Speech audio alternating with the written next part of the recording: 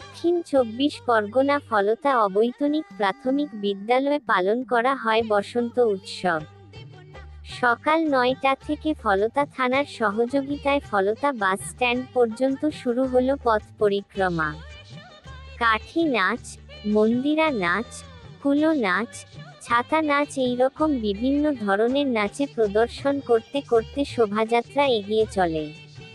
পথের পাশে উপস্থিত সমস্ত পথচারীকে আবির দিয়ে শ্রদ্ধা জানায় বিদ্যালয়ের শিক্ষার্থীরা।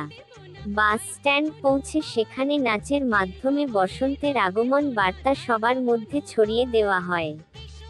এরপর বিদ্যালয়ে ফিরে নাচ ও বিভিন্ন সাংস্কৃতিক অনুষ্ঠানের মাধ্যমে আজকের দিনটাকে রাঙিয়ে তোলা হয়।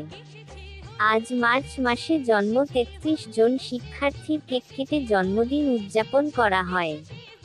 মার্চ মাসে জন্ম হওয়া শিক্ষার্থীদের একটি করে জলের বোতল দেওয়া হয়। উপস্থিত ৪০৫ জন শিক্ষার্থী ও অভিভাবকদের জন্য মধ্যাহ্ন ভোজের আয়োজন ছিল। আপনারা দেখছেন মণ্ডল টিভি নিউজ।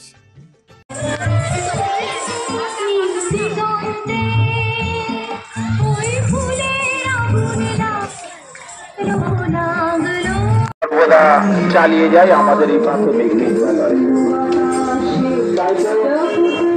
অবৈতনিক প্রাথমিক বিদ্যালয়ের ঝুড়িতে এসেছে রাজ্যের সেরা পুরস্কার। আমাদের এই বিদ্যালয়টি কেবলমাত্র কলকাতার সেরা বা দক্ষিণ চব্বিশ পরগনা জেলার সেরা নয়।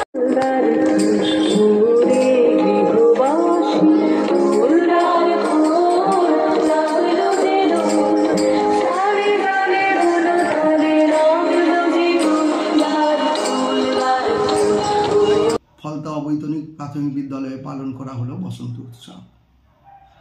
অন্যান্য বৎসরের ন্যায় এই বছরে বসন্ত উৎসব খুব আড়ম্বর সহকারে করা হয়। বসন্ত উৎসব বা বিভিন্ন রকম অনুষ্ঠান করার অর্থ হলো আশেপাশের মানুষজন স্কুলের প্রতি আগ্রহশীল হবে। এছাড়া স্কুলে যে সমস্ত ছাত্রছাত্রী পড়ে তারা স্কুলকে ফার্স্ট হোম হিসেবে দেখবে। এই সমস্ত কথা মাথায় রেখে স্কুলের বিভিন্ন অনুষ্ঠানের সঙ্গে সঙ্গে বসন্ত উৎসব আড়ম্বর সহকারে পালিত করা হয়। আমি তিলক নস্কর, প্রধান শিক্ষক, ফলতা অবৈতনিক প্রাথমিক বিদ্যালয়, ফলতা পশ্চিম চক্র। নমস্কার।